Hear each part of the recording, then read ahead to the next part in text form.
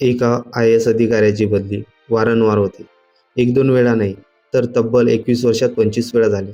त्याच्यामागे कारण असतो राजकीय दबाव, आंदोलन, विरोध. पण तरीही तो अधिकारी आपल्या निर्णयावरती ठाम राहतो. असा कोण अधिकारी आहे? ज्याला काही लोक जनतेचा अधिकारी म्हणतात, तर काही लोक त्यांना वादग्रस्त अधिकारीसुद्धा म्हणतात. महाराष्ट्रात जर एखाद्या आय-ए-एस अधिकाऱ्याचं नाव सर्वाधिक चर्चेत असतं, तर ते नाव आहे श्री तुकाराम मुंढे सर यांचं.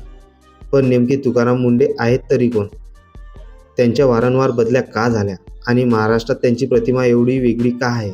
तर चला जाणून घेऊया. तुकाराम मुंढे यांचा जन्म महाराष्ट्रातील एका साध्या शेतकरी कुटुंबात झाला. लहानपणापासून त्यांना शिक्षणाची आवड होती. ग्रामीण भागातील अनेक अडचणींचा सामना करत त्यांनी शिक्षण पूर्ण केले. कठोर परिश्रम आणि जिद्दीच्या जोरावर त्यांनी UPSC परीक्षा उत्तीर्ण केली आणि 2005 साली भारतीय प्रशासकीय सेवेत म्हणजेच IAS मध्ये निवड झाली. IAS अधिकारी झाल्यानंतर त्यांची विविध जिल्ह्यांमध्ये नियुक्ती झाली. नियुक्तीच्या पहिल्या दिवसापासूनच त्यांनी प्रशासनात शिस्त आणि पारदर्शकतेवरती भर दिला. सरकारी नियमांचे काटेकोर पालन आणि भ्रष्टाचाराविरुद्ध कठोर भूमिका ही त्यांची ओळख बनू लागली. याच दरम्यान त्यांची नियुक्ती नाशिक महानगरपालिकेचे आयुक्त म्हणून करण्यात आली. आयुक्त असताना त्यांनी अनधिकृत बांधकामावर मोठ्या प्रमाणावर कारवाई केली. अनेक प्रभावशाली लोकांवरही नियमानुसार कारवाई करण्यात आली. त्यामुळे त्यांचे समर्थक तर वाढलेच, पण विरोधकही मोठ्या प्रमाणात निर्माण झाले. तुकाराम मुंढे सर यांचे सर्वाधिक चर्चेचा कार्यकाल म्हणजे नागपूर महानगरपालिकेचे आयुक्त म्हणून. महानगरपालिकेतील आर्थिक शिस्त आणण्यासाठी त्यांनी अनेक निर्णय घेतले.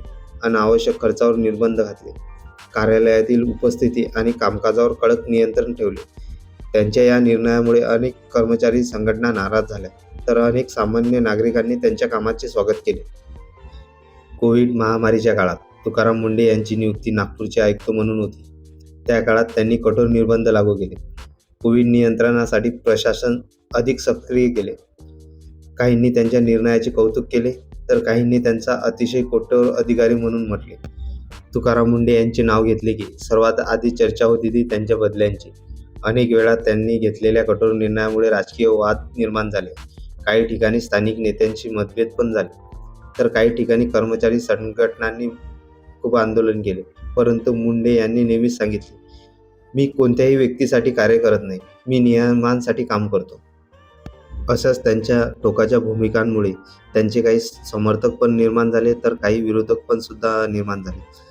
त्यांच्या समर्थकांच्या मध्ये ते एकदम अतिशय प्रामाणिक अधिकारी आहेत. भ्रष्टाचाराविरोधात कठोर कारवाई करतात. राजकीय दबावाला कधीच बळी पडत नाही आणि सरकारी पैशांचा अपव्यय थांबवतात. म्हणूनच अनेक युवक त्यांना आदर्श अधिकारी मानतात. तर दुसरीकडे टीकाकारांचे मत वेगळे आहे.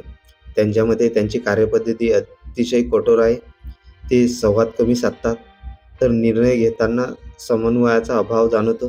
त्यामुळे अनेक वेळा वाद निर्माण झालेले आहे. तर मित्रांनो, आतापर्यंत आपण पाहून घेतलेले त्यांची चर्चेतील कार्यकाळ व त्यांच्या जमेच्या बाजू, काही समर्थकांची मते तर काही विरोधकांची मते. आता आपण जाणून घेऊया व्हिडिओची तिसरी बाजू. तुकाराम मुंढे सर यांच्याबद्दल मतभेद असू शकतात, पण एक गोष्ट नाकारता येत नाही. महाराष्ट्राच्या प्रशासनात त्यांनी स्वतःची वेगळी ओळख निर्माण केली आहे. त्यांना कठोर अधिकारी म्हणू किंवा जनतेचा अधिकारी, पण त्यांनी प्रशासनात प्रामाणिकपणा आणि शिस्त या मूल्यावरती भर दिला आहे. आणि म्हणूनच आजही तुकाराम मुंढे हे महाराष्ट्रातील सर्वाधिक चर्चेत राहणाऱ्या IAS अधिकाऱ्यापैकी एक अधिकारी आहेत. तर मित्रांनो, तुमच्या मते तुकाराम मुंढे हे महाराष्ट्राला हवे असलेले कडक अधिकारी आहे की त्यांच्या कार्यपद्धतीत बदल होण्याची गरज आहे? तुमचे मत कमेंटमध्ये नक्की सांगा आणि अशाच तथ्यपूर्ण विश्लेषणासाठी तिसरी बाजू चॅनलला सबस्क्राईब करायला विसरू नका. धन्यवाद.